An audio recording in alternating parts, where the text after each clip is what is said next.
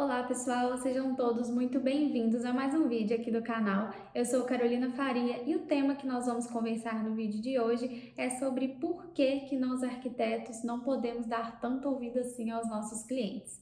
Mas espera lá que eu já vou te explicar o que eu quero dizer com isso, eu não tô doida, tá bom? Eu tenho certeza que não é novidade para nenhum de nós aqui que já estamos buscando conhecimento sobre a neuroarquitetura, que os ambientes impactam a nossa vida, nosso comportamento, nossas sensações, nossas emoções.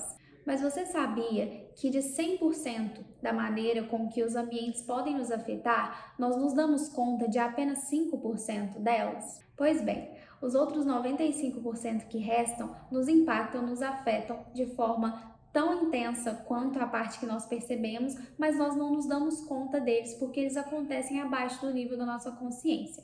Então, quando eu entro num ambiente, o que eu consigo explicar, falar, verbalizar sobre como ele me fez sentir, sobre o que ele causou em mim, no meu comportamento, nas minhas emoções, diz respeito a apenas 5% de toda a maneira com que ele me afetou.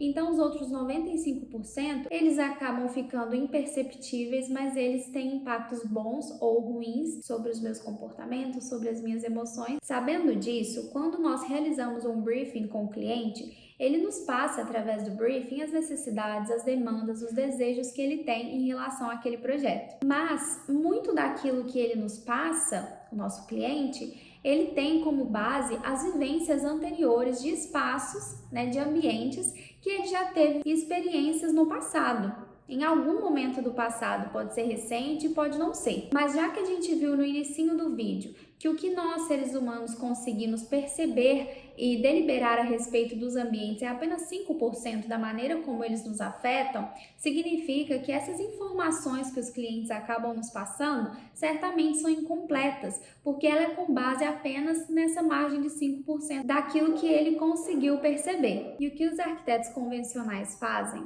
é buscar absorver todas essas informações dadas pelo cliente e solucionar o projeto, e o ambiente com base nessas informações, que, lembrando, são incompletas. Isso significa que o projeto desses arquitetos entrega uma qualidade ruim? É claro que não. Eles também estão tentando acertar, assim como nós estamos, mas vocês entendem que os impactos e os resultados que um projeto pode gerar na vida das pessoas vai muito além se nós conseguirmos nos guiarmos pela seguinte lógica. A lógica é absorver o que o cliente quer e entregar o que ele precisa. Tá, Carol, mas como assim? Não entendi. A lógica, na verdade, é a gente tentar amarrar as informações o máximo possível para entregar algo para aquele cliente que vai além daquilo que ele conseguiu nos passar. Então, eu vou dividir isso para vocês em 3 passos para ficar mais fácil. O primeiro passo é colher aquelas informações imediatas que o cliente já tem como resposta a perguntas que a gente faz para ele. Então, em relação aos ambientes que ele deseja, estilos que ele gosta,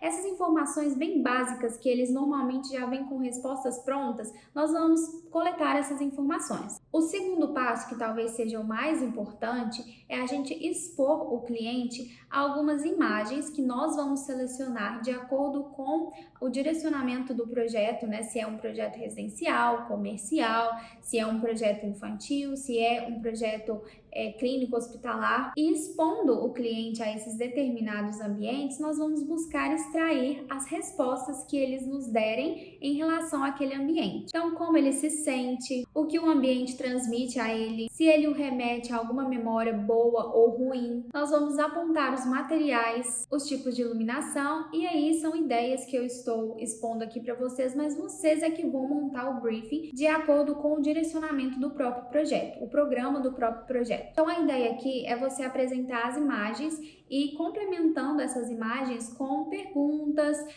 entrando em determinados assuntos, que é para instigar realmente o cliente a pensar por um outro lado que ele ainda não havia pensado. Então, nesse processo, você vai extrair informações extras sobre o cliente e você vai induzir ele a ir percebendo por que determinadas características de determinados ambientes causam determinadas emoções, sensações nele. Então, vamos a um exemplo prático. Você apresenta a 2 clientes um quartinho super pequenininho, bem decorado, bem arquitetado, mas bem pequenininho. Para um cliente, esse quartinho pode representar muito aconchego. E quando você vai estimulando ele a buscar a origem dessa sensação de acolhimento que ele enxerga naquele ambiente, ele pode expor para você uma coisa completamente diferente do que o segundo cliente. Porque o segundo cliente já acha que aquele quartinho pequeno dá a ele a sensação de claustrofobia. E aí ele vai te explicar o porquê que ele tem aquela sensação de acordo com o direcionamento que você for dando à conversa. Então vamos entender um pouco. O primeiro cliente, ele tem a memória afetiva de um quarto pequeno ser algo acolhedor, porque ele tinha um sonho quando era criança de ter o próprio quarto.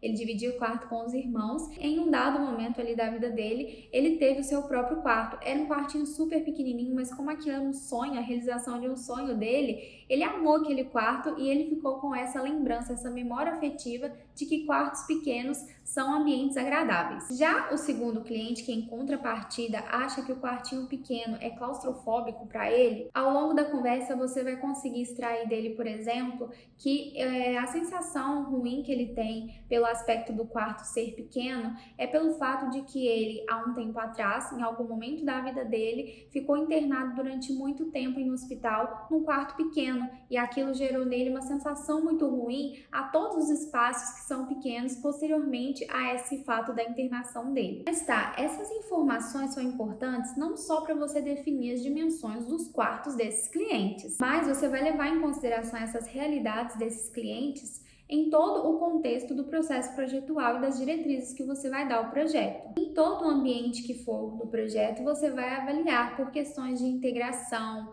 privacidade, amplitude visual, enfim. Essas pequenas observações, elas mostram a nós arquitetos uma conduta do cliente em relação a determinados ambientes, e essa conduta nos direciona no ato de projetar. Obviamente, esse é um exemplo bem básico, só para nós ilustrarmos uma possível conversa aqui com um cliente durante um briefing e respostas completamente diferentes que nós podemos receber deles, advindas dessa apresentação de imagens que a gente faz com eles. O passo 3 é nós cruzarmos todas essas informações. Nós vamos cruzar as informações que o cliente expôs para nós lá no primeiro momento, cruzar elas com as informações que nós absorvemos deles naquele momento em que a gente observava as reações e as colocações deles quando observavam as imagens e as respostas que eles foram dando às indagações que nós fazíamos no momento de mostrar aquelas imagens. Nós vamos pegar informações, detectar memórias afetivas e traçar o alinhamento entre todas essas informações. E aí nessa dinâmica pode ser que você perceba algumas coisas interessantes, como por exemplo, o cliente pode achar que o que atrai ele em determinado ambiente, o que faz ele ter afeição por determinado ambiente que você mostrou, é uma característica diferente. Então vamos supor que ele acredita que os materiais utilizados naquele ambiente é que fazem com que ele tenha determinada afeição por ele. E na verdade, conversando com ele, ponderando todas as colocações, você nota que o que faz ele ter afeição por aquele ambiente é na verdade a iluminação, o tipo de luz, a cor da luz. E assim, dessa maneira, a gente consegue ir avançando um pouquinho além daqueles 5% e extrair mais da essência do cliente. E essa é uma tarefa que cabe a nós realmente realizarmos, porque nós vamos ter uma conversa ali mais aprofundada do que aquele briefing convencional que fala muito sobre questões técnicas e estilísticas. E é por isso que, para finalizar, a nossa lógica, a nossa estratégia precisa partir desses pontos. Absorver o que o cliente quer, ponderar o que ele expressa e dar a ele o que ele realmente precisa com o resultado daquele projeto. E vocês aí achando que ser arquiteto era tarefa fácil, hein? Não é, pessoal? Mas olha só, espero que vocês tenham gostado do vídeo. Eu fico por aqui. Dê o seu like, se inscreva no canal, me siga no meu perfil do Instagram, carolinafaria.s, porque lá também eu posto conteúdos todos os dias, tá bom? Então, um beijo e até o próximo vídeo.